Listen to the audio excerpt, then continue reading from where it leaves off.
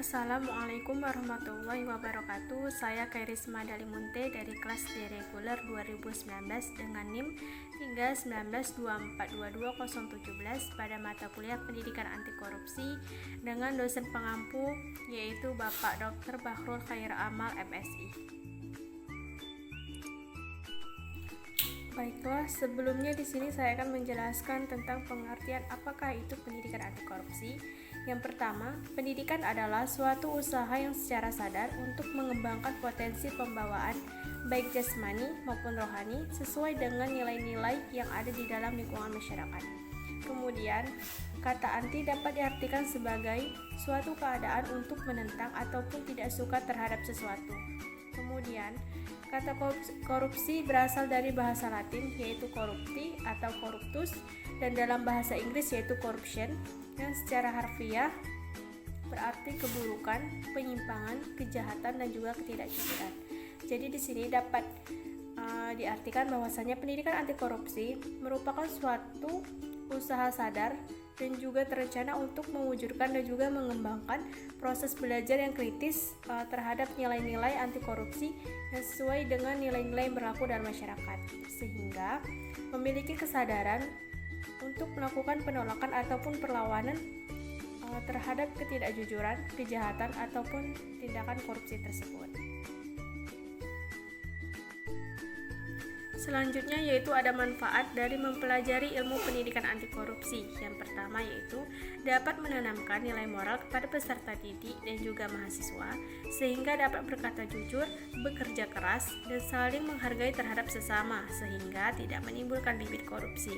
Yang kedua yaitu membuat peserta didik dan juga mahasiswa peka terhadap fenomena yang terjadi di lingkungan masyarakat sehingga dapat memproteksi diri sendiri dari perubahan negatif yang terjadi di lingkungan masyarakat. Kemudian yang ketiga yaitu memberikan pemahaman kepada peserta didik dan juga mahasiswa akan bahayanya perilaku korupsi jika dilakukan. Selanjutnya yaitu ada pun kegunaan dari mempelajari ilmu pendidikan anti korupsi ini. Yang pertama yaitu memberikan pemahaman kepada peserta didik dan juga mahasiswa akan bahayanya tindakan korupsi dan dapat melanggar norma dan juga peraturan yang ada di lingkungan masyarakat.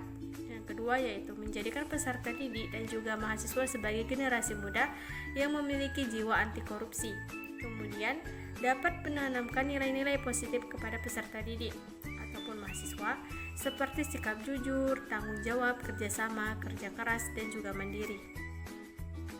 Kemudian yaitu ada pengalaman pribadi dan juga cara yang dapat diberikan untuk mencegah korupsi, yaitu pengalaman pribadi saya yaitu saya pernah melakukan korupsi terhadap ibu saya sendiri, yaitu ketika saya diberikan amanah untuk membelikan belanjaan atau membelikan suatu barang dan diperkirakan uang tersebut sudah pas ataupun cukup dan ternyata ada uang kembaliannya atau ada uang lebihnya, namun uang tersebut tidak saya kembalikan kepada orang tua saya dan saya ambil untuk diri saya pribadi.